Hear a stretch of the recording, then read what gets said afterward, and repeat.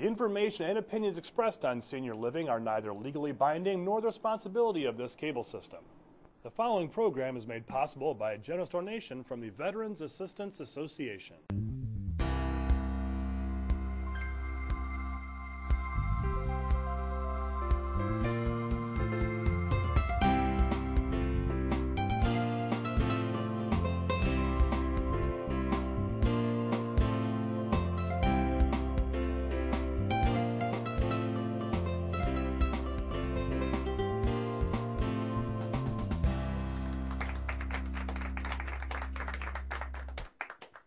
Hello, my name is Pat Simasko. I'm an elder law attorney. I want to welcome you to the second segment of senior living, specifically talking about Medicaid and Medicaid planning.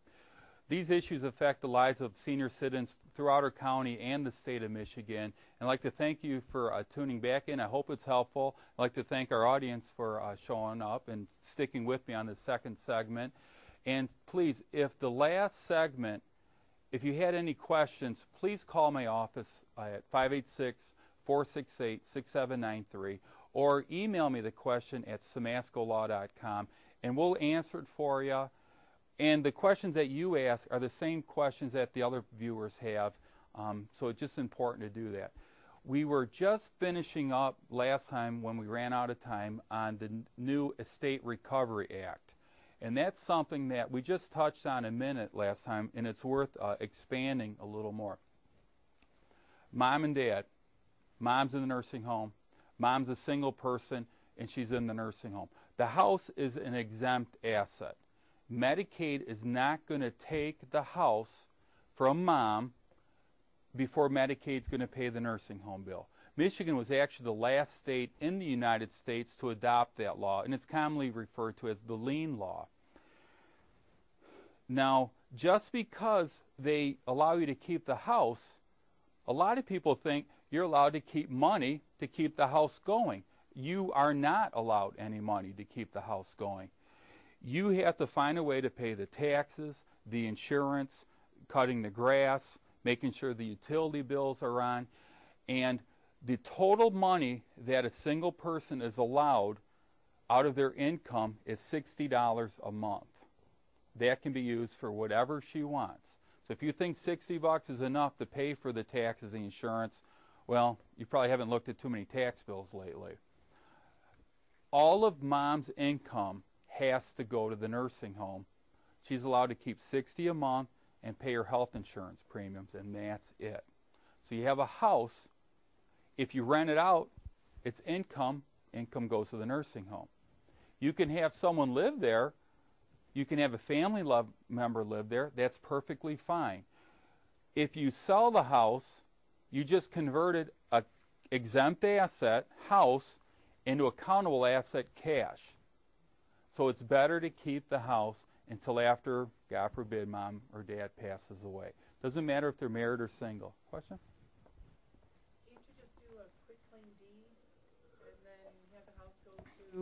To one of the siblings? Very good question.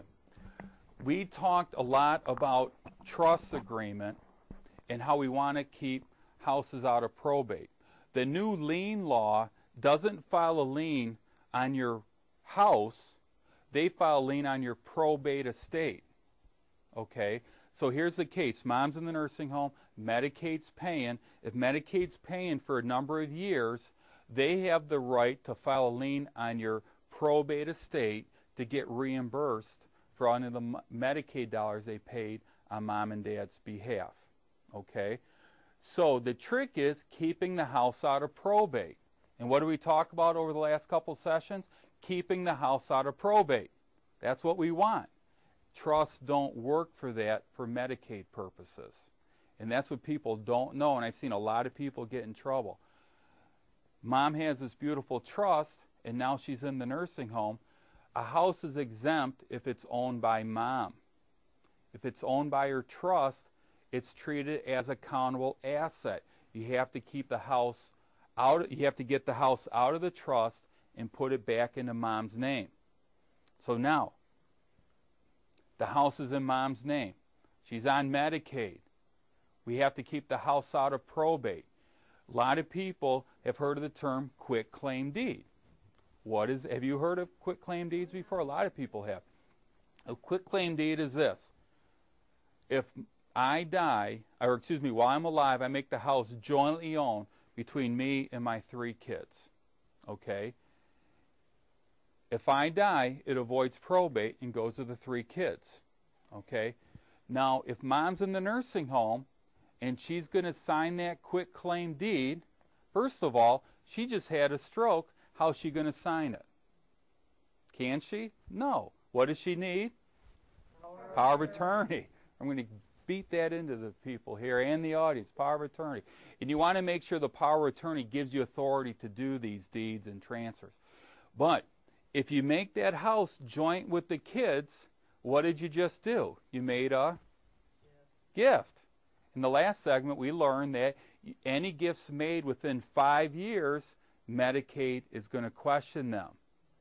So what can we do to keep the house out of probate and not be a gift? And it's called a Lady Bird deed.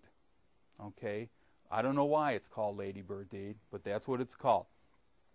And what that says is, mom owns the house. If she passes away, the house goes to the kids. But while she's alive, she can sell the house and keep all the money. So if she can sell the house and keep the money, does it actually mean it's a gift? The answer is no. But if it goes to the kids after she passes away, it avoids probate, no lien. All done. So a Lady Bird deed works in that scenario as long as we have a power of attorney. Okay. Now, the real funny thing is, the state of Michigan adopted that law back, I think it was in November of 2008. They still haven't law approved by the federal government. So even though they have the law on the books, it's not being enforced by the state of Michigan. So it's like having a brand new... any other questions?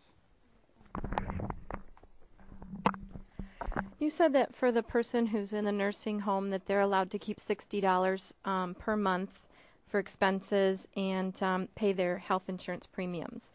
What about if they're a married person? How much can the one who's living at home keep? And if they both have a pension from their jobs, does his whole pension have to go to pay for the nursing home and then she gets to keep her pension? Like, how does that work? Or is it all joint?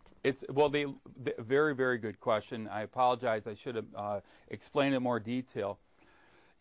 Michigan has the Spousal Impoverishment Act. They don't want to impoverish the spouse that's at home. So basically how it works. Mom's in the nursing home and she makes $560 a month. Dad's at home and he's making $1,000 a month. Okay? Medicaid says that the person at home, in this case Dad, gets to keep all of his income, and if his income doesn't rise to the level of about $1,800 a month, he can keep the difference from mom's income. Okay? So if Dad's making $1,000, it's less than 18, so he gets to keep $800 of mom's income. So in that scenario, he gets to keep all of mom's income. If their combined income is less than $1,800, Medicaid will not mail Dad a check. Okay, so that's never going to happen. So, another scenario. Dad's making $3,000 a month, Social Security and pension. He gets to keep all of his income, and since it's over $1,800, he's not going to keep any of mom's income. Okay, so Dad gets to keep all of his income. Mom would lose her income, except she gets to keep $60 a month and pay her health insurance premium. Okay. One thing you have to really watch out for, and it's screwy, is with this health insurance, Medicaid wants the person in the nursing home to have a Medicare Part D prescription plan. That's that new plan that came out. Medicaid wants mom to have that plan. If she doesn't have one, you have to get one for her, and that will be allowable deduction as well. So she gets to keep $60 a month, pay her health insurance premiums. Dad keeps all of his income. If it doesn't rise to 18, he gets to keep the difference from mom. Okay? Any other questions about Medicaid? Okay, we have one back here. What's the average length of time from when someone applies for Medicaid till the time it actually starts paying the nursing home? Good question. I got to get warmed up for that one. Now, when you really want to start planning is as early as possible, because we have to do a lot of stuff with the assets, okay? When mom is in the hospital, and if she has to go to the nursing home, we're going to have a total of 100 days again, as long as she's getting skilled care. That's when you really want to focus on getting the stuff done. Because if you have to liquidate assets, life insurance we talked about at the last segment, cash in stocks, bonds, mutual funds, all that type of stuff, you have to do that. You need to file for Medicaid by the last day of the month, and then it goes retroactive to the first day of the month. Okay? So if mom's in the nursing home today, it's April, and hopefully Medicare is going to pay for some time, so now we're into May. If Medicare ends May 1st, we can apply for Medicaid by the last day of May, and it's going to go retroactive. Now, the rule is Medicaid is supposed to approve or deny your application within 45 days. It never happens. It can happen on easy cases, but don't plan on it. We don't care because we always do things right. So if it takes 3 months or 4 months or 5 months, that's fine. It always goes back to the first day of the month that we applied. The problem is this, is if you apply, and sadly nursing homes are notorious for helping families apply for Medicaid, but they don't necessarily know the Medicaid rules. So they help you apply, and you think you're under assets. 6 months later, or 5 months later, or 4 months later, if you get a denial, you lost those 6 months. So there's no way to get retroactive. So then the question is, how does a nursing home get paid? You're on private pay for those 6 months, and that could be $40,000. We've had one case, it was $48,000 that the nursing home is owed because the nursing home didn't explain the rules properly. It's not the responsibility, but for something happened, it got screwed up. So if the nursing home is owed money, Medicaid's not going to pay it. They have to sue the family, and in that nice house that's sitting there that's exempt, well, they can still file a lawsuit and sue the family to collect from the house. And that's just a horrible thing that we don't want that. So under normal circumstances, if we apply for Medicaid today, it may take 2 or 3 months. The family keeps paying the patient pay amount each month, not the $7,000 a month, just whatever their income would show, and then it'll go retroactive to the first day of application. All right, so that's all we have time for this segment. We're going to take a quick break. Thanks for sticking with me. When we come back, we're going to finish up the question. Thank you.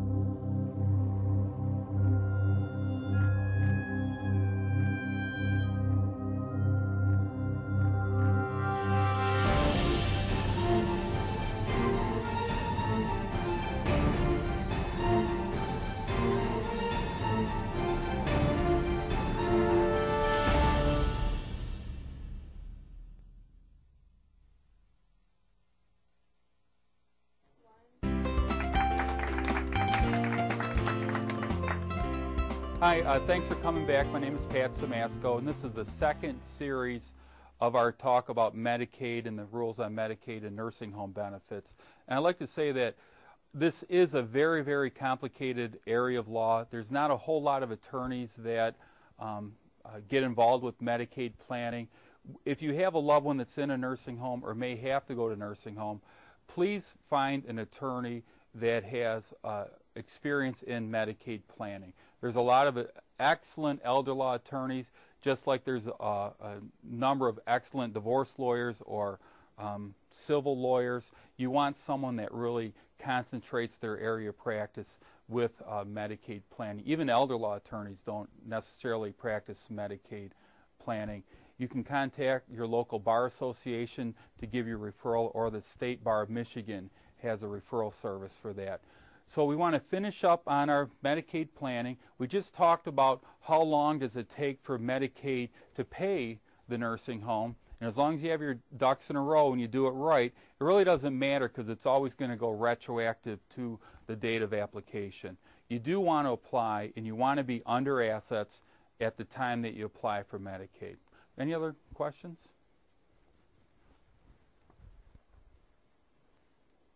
I have heard that there may be some new programs, Medicaid programs available right now that may possibly help to pay for assisted living. Could you tell us if that's accurate information or not? It is accurate information. And I just did a talk for some of the state representatives around the Metro Detroit area, and the conversation was, how do you fix Medicaid? And one of the areas is called the Medicaid Transition Program. All right. Now, one thing that you have to understand is Medicaid right now only pays for nursing home care. Okay? So people come in all the time. Mom's at home. We don't want to put her in the nursing home. Can we get Medicaid to pay for in-home care? The answer is no. Mom's in assisted living. Can we get Medicaid to pay for assisted living? The answer is no. The typical Medicaid benefit is a nursing home benefit that's going to pay for all of mom's care at the nursing home. What they do have, it's called the Medicaid Waiver Program. That's been on the books forever. Medicaid waiver is, hey, they want to keep mom, or the My Choice program, and if mom is approved for the Medicaid waiver program, I understand it takes a couple years to get approved for that program and a benefit assigned to her, because there's only so many open slots in the whole state of Michigan. So the chances of you getting a Medicaid waiver slot in the time that you need is probably pretty slim. That being said, it's not going to pay for the custodial care of mom. And this is what you need. You're taking care of mom at home, and now you have to go to work. And if you leave mom alone, she's going to burn the house down, right? You need someone there. Or mom has sundowner syndrome. You need someone there to be with her at nighttime, because she's going to walk out and maybe get lost outside. You've heard horrible stories with people getting hurt because they got lost. Medicaid is not going to pay for that, all right? But new program, and it's called the Medicaid Transition Program. It's been on the books since about 2005. Not one of the state reps that I talked to ever heard about it, okay? And what that program is if mom's in a nursing home for between 4 and 6 months and you're on Medicaid, mom can be assessed by Area Agency on Aging, or MORC, M-O-R-C, and they'll go out and take a look at mom. You know, mom can go home. Mom can go to assisted living. Well, you know what? It's a lot cheaper to have Medicaid pay for an assisted living than it is a skilled licensed nursing home. So, hey, if we can go out there and assess mom and assess the living environment, whether it's assisted living, adult foster home, or even in-home care, Medicaid is going to take some of the dollars that they pay the nursing home and send it over to the assisted living. They're not going to pay for room and board, but the actual care, the skilled care part, or the care to take care of mom, they're going to pay for that. So instead of getting $400 a month, they may get $3,000 a month. And it is a fabulous program. So I went to the state reps and I said, you know how to fix Medicaid? Because that program, they did studies, Medicaid pays a third less per person under the Medicaid transition program than they do under a licensed nursing home. So I said, let's fix Medicaid. Let's tell somebody about it. Nobody knows. So the people that get their mom on Medicaid, and no one wants mom in the nursing home. I mean, the kids are dying that they had to put mom in. If we can get them home to a more family environment, a more environment that's conducive to someone that doesn't need all that care like maybe a full care stroke patient would have, it's going to be better for the families, it's going to be better for mom, and it's going to be better for the Medicaid budget. They pay a third less for that care than a nursing home care. And no one knows about it. And they're not getting the information out. So, if you wanted your mother out of the nursing home into an assisted living home, would that assisted living have to be state licensed? No. Not state licensed, like in the sense for a Medicaid, a nursing home. How it works is Medicaid, mom's in the hospital, the discharge planner that you're dealing with, the social worker, and it's funny, mom's in, she had a stroke, and the family think, oh, mom will be there a couple weeks, right? Then you get the call at midnight, Medicare's ending, we need her out of here tomorrow, right? Well, they're going to place her in a nursing home because that's the only place that Medicaid will pay for, all right? Now, if you want Medicaid, you can't put her in a private pay nursing home. She has to be in a Medicaid bed. Now, if she's in the nursing home on Medicaid, they're going to go out and they are going to look at the environment where mom can go to, whether it's in-home, which that's not licensed, an independent living facility that has the extra care that's assigned to it, an adult foster home, which is not a licensed facility like a nursing home, and they will transfer those dollars to that facility as long as it's an appropriate environment. So someone with a lot of care is not going to be able to handle it. But maybe, who knows, 10, 15, 20% of the nursing home environment would thrive at home. Sadly, Medicaid doesn't pay for assisted living care. So mom's just getting old and she needs help getting her pills and she needs help going down to the dining room, right? And she wants to be in that environment. It's a beautiful environment. Independent living facilities, assisted livings, they're thriving, taking care of people, but it's always private pay. So when she runs out of money, even though she could probably stay there, they're forced to put her into the nursing home at $6,000 or $7,000 or $8,000 a month, right? Let's get smart. Let's fix Medicaid. Let's help fix the budget. Let's start having it focused that Medicaid will actually pay the assisted living and to help the families and help us, the taxpayers, as well. So, good question. You guys are all our advocates now. We want that. Call your state rep. Any other questions? Is there really a difference between a private pay nursing home as compared to a nursing home that accepts Medicaid? Very, very good question. People are very concerned about Medicaid nursing homes. In Macomb County, where we're at right now, every nursing home except one is a Medicaid facility, okay?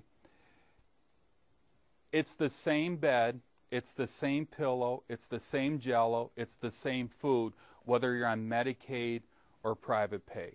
Now, some nursing homes are partial Medicaid and partial private. Some of them have the Medicare hallway, and then after Medicare runs out, they have to put you over here.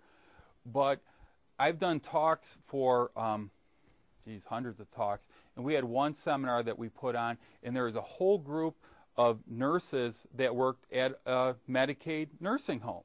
And someone asked, hey, I hear that you get worse care in a Medicaid facility, and they were offended. Who would think that they would pay less attention to mom and dad because it's Medicaid than if it's private pay? And I agree with that 100%. It's the same care. And it's really funny, they don't know which bed is Medicaid, they don't know which bed is private pay. It's the billing office. So they don't know, they don't care, and they shouldn't know, and they shouldn't care, and they do take care. One thing sadly about nursing homes, it's people can have an unrealistic expectation about what a nursing home is going to do for the family. And they are such, at emotional time, they promise mom their whole life, I'm not going to put you in a nursing home. And now they're forced because of health reasons or financial reasons, and they have to put mom in. So everything is heightened. Nursing homes try so hard to take care of moms and dads. That's their job, and they want to do that. And sadly, I wish it could be better environments. I wish we had other situations where we could get mom and dad taken care of at home. Medicaid doesn't have a lot of programs for taking care of mom and dad at home. It has to be into the nursing home and then the transition back out if it meets the criteria. But that means mom and dad have to be in the nursing home for up to 6 months before we can get them back home. That sounds silly, doesn't it? If mom can be assessed at home, let's keep her at home. Why go through the trauma of putting her into the nursing home for that much time? We are just about wrapping up. Any other questions at all? No. Okay. One benefit that we're going to be talking about, Medicaid, very tough for at-home care. If you're a wartime veteran or a spouse of a wartime veteran, next week's topic is going to be something you absolutely want to tune in for. Come on into the audience, tune in for the next show. We're going to be talking about veterans benefits. And we can get up to $2,000 a month, almost $2,000 a month for a married couple that the dad may need in-home care or assisted living care. Almost $2,000 a month for a married couple, $1,650 for a single veteran, $1,056 for the surviving spouse, and it is a wonderful benefit. So I'd love to have you tune in next time. Thanks for the audience for coming. I love your questions. Again, if you have any questions about this topic or any other previous topics, call 586-468-6793 or email me at simaskolaw.com and we'll get them answered for you. Thank you much.